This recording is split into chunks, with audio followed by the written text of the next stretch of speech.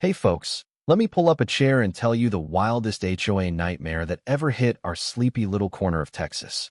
You know Willow Creek Estates, the kind of place where every lawn is mowed to military precision, mailboxes match the HOA-approved beige, and everybody waves like we're in a damn Hallmark movie. White picket fences, kids on bikes, the whole American dream postcard. But underneath that glossy surface, a viper pit of rules, whispers, and one woman who thought her clipboard made her God. Ryan Caldwell lived right on Maple Lane, number 47.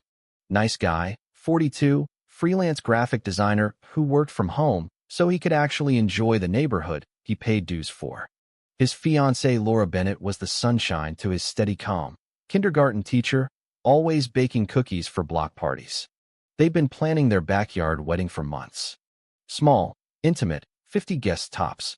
String lights in the oaks, white folding chairs on the fresh sod, a little arch draped in wildflowers. Nothing flashy, just love and a barbecue after. Then the first letter showed up. Typed, certified mail, from Vanessa Vicky Hargrove, HOA president, self-appointed queen of Willow Creek. Lemon yellow pantsuit, helmet hair, and a smile that could curdle milk. Dear Mr. Caldwell, it read, your proposed gathering violates Covenant 7.2, unauthorized assemblies exceeding 20 persons without board approval. Noise ordinances and parking restrictions will be strictly enforced. Cease and desist or face fines starting at $500 per day. Ryan read it twice, chuckled, and politely emailed back with his county permit for a private family event. Vicky replied in 10 minutes. Permits mean nothing here. The HOA supersedes county nonsense. That was the start. Over the next 3 weeks, the harassment ramped up like a slow-burn horror flick. Ryan's grass was suddenly 0.2 inches too tall. Violation notice taped to his door at 6 a.m. Laura's flower beds? Non-compliant color palette. Their SUV parked 2 inches over the invisible line? Another fine. Neighbors started whispering. Mrs. Jenkins from across the street brought over banana bread and muttered, Vicky's on a tear again. Last year she fined old Mr. Patterson for hanging his American flag 1 day late. Ryan just smiled, nodded, and quietly started a folder on his computer. Every note is scanned, every email saved, every petty fine logged with timestamps. Laura worried, cried once in the kitchen after the third letter. Maybe we should just elope, she whispered. Ryan hugged her tight. No way. This is our home. We're not letting one clipboard Karen win. But inside he was simmering. Not rage yet, just cold, patient fire. Wedding day arrived. Perfect Texas sun, breeze carrying barbecue smoke. Guests filled the backyard. Kids chased bubbles. Laura looked radiant in her simple white dress. Ryan stood under the arch, heart full for the first time in weeks. Then the sirens. 2 sheriff cruisers rolled up Maple Lane, lights flashing like some bad cop show. Vicky marched ahead of them in that screaming yellow suit, binder raised like a battle flag.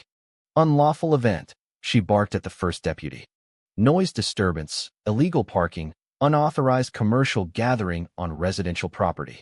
Issue citations immediately. The crowd went dead quiet. Laura's hand tightened in Ryan's. He stepped forward, calm as a summer lake. Officers, here are the county permits, noise waiver, and parking plan I filed 2 weeks ago. This is a private wedding on my own property. Vicky spun, face purple. Your little papers don't override HOA covenants. I am the board president. One deputy raised an eyebrow. Ma'am, we're here on a 911 call about a riot-level disturbance. Sounds like there's no riot. Vicky's mouth opened and closed like a landed fish. Ryan just held up his phone, recording since the cruisers turned the corner. And I have video of you standing on my sidewalk calling dispatch with claims you knew were false. The deputy nodded. We'll need a statement, Mrs. Hargrove. She stormed off, heels stabbing the grass, muttering about entitled millennials. But the damage was done. The wedding went on. Vows, kisses, laughter, yet everyone felt the poison in the air. Laura danced with her dad, but her smile was tight. Ryan kept that calm mask, but his folder was growing. He wasn't done. Not by a mile. Next morning, the neighborhood app exploded. Vicky posted a rant. Certain residents continue to flout rules that protect property values for all of us. My duty is clear. Comments poured in, some sucking up, a few brave souls typing, "Leave them alone." Ryan read them over coffee, then drove to the county records office. As a graphic designer, he knew his way around public filings, and what he found made his stomach twist.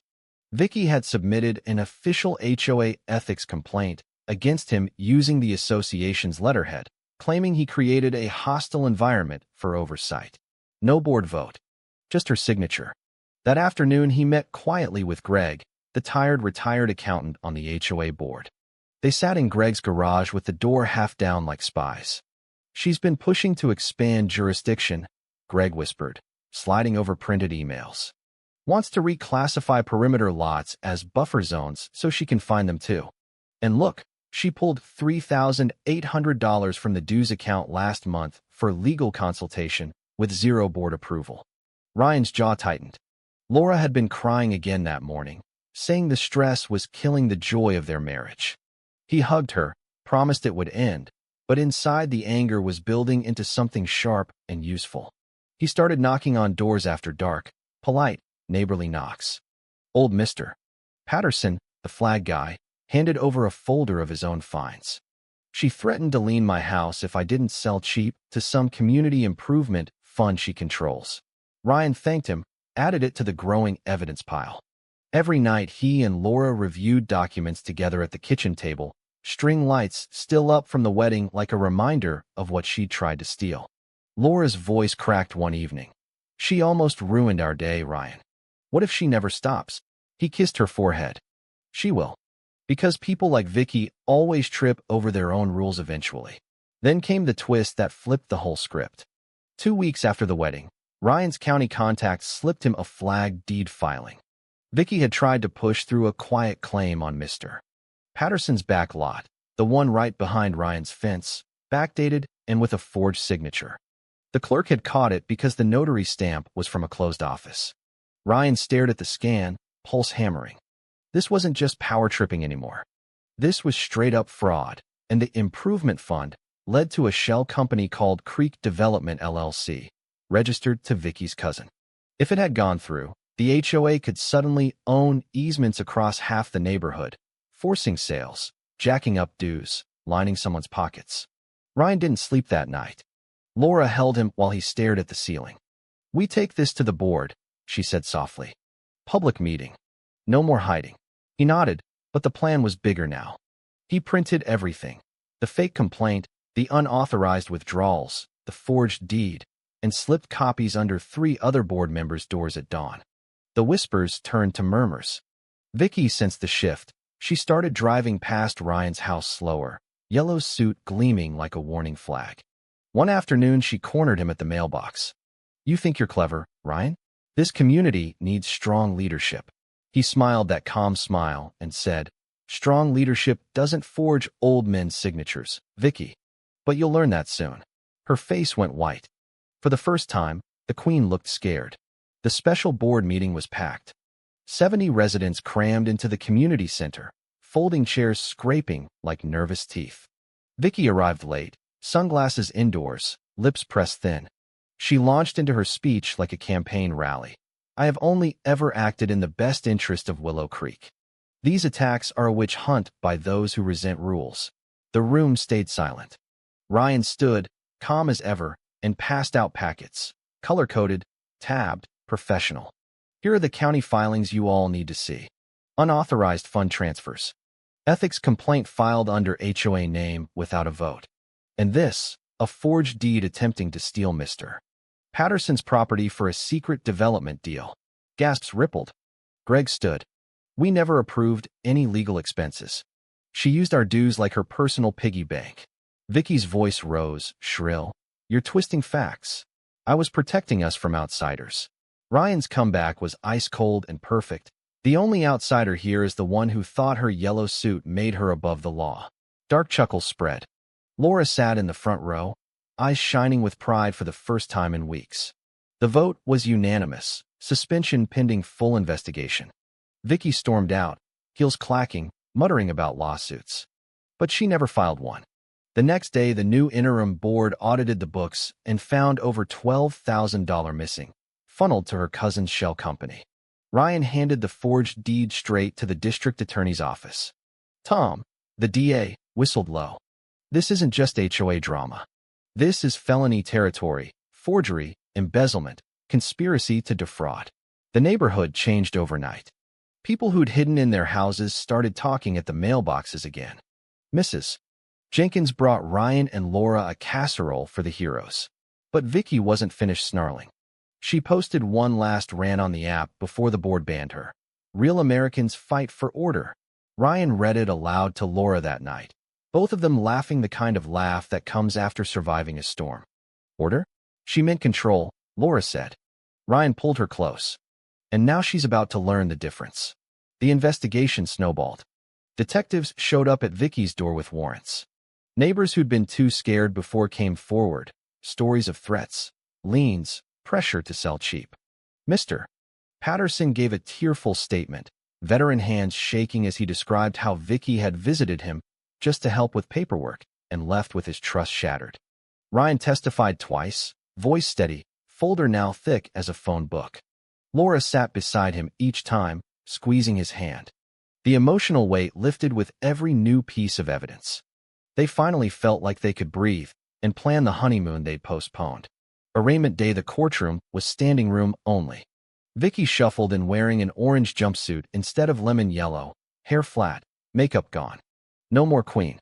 The judge read the charges: forgery, embezzlement of HOA funds, attempted real estate fraud, filing false police reports. Vicky tried representing herself. Your Honor, this is personal vendetta. But the judge shut it down fast. Ma'am, you're facing multiple felonies. Get a lawyer. Her public defender looked like he wanted to be anywhere else. The prosecutor laid out the timeline with Ryan's neatly organized exhibits projected on the big screen. Every petty notice, every fake 911 call, every forged signature.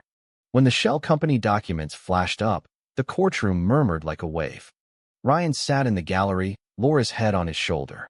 For the first time since the wedding, she smiled without tension. Cross-examination was brutal. Vicky's lawyer tried the misguided but well-intentioned angle. Ryan took the stand again.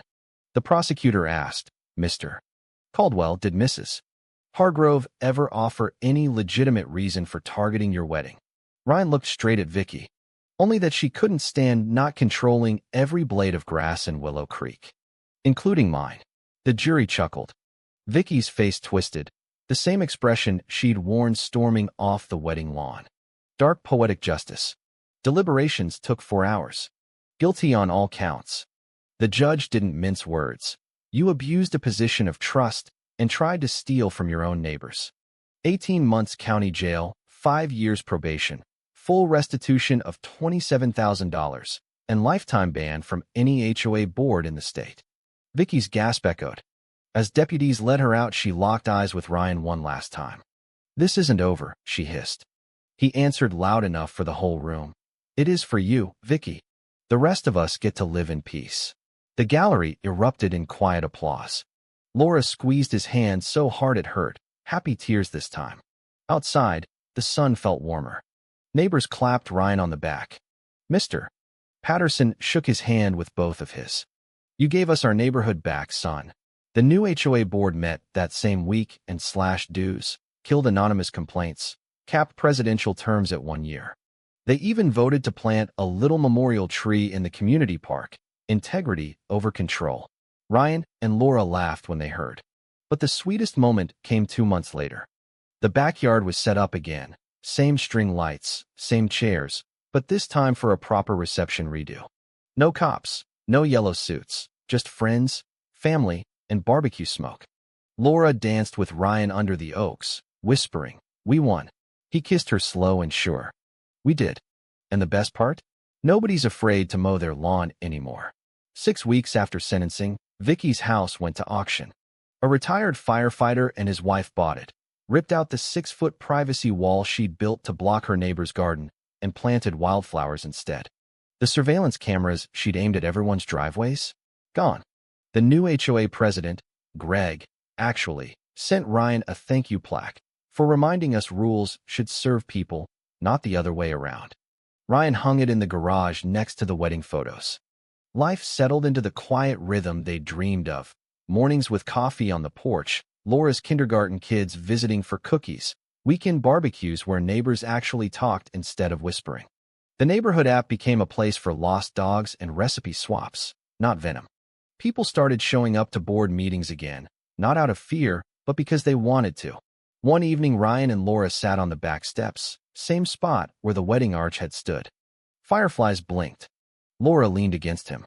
Think she's still plotting in jail? Ryan laughed that low, satisfied laugh. Probably.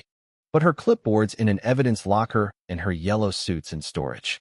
Meanwhile, we get to live here without looking over our shoulders.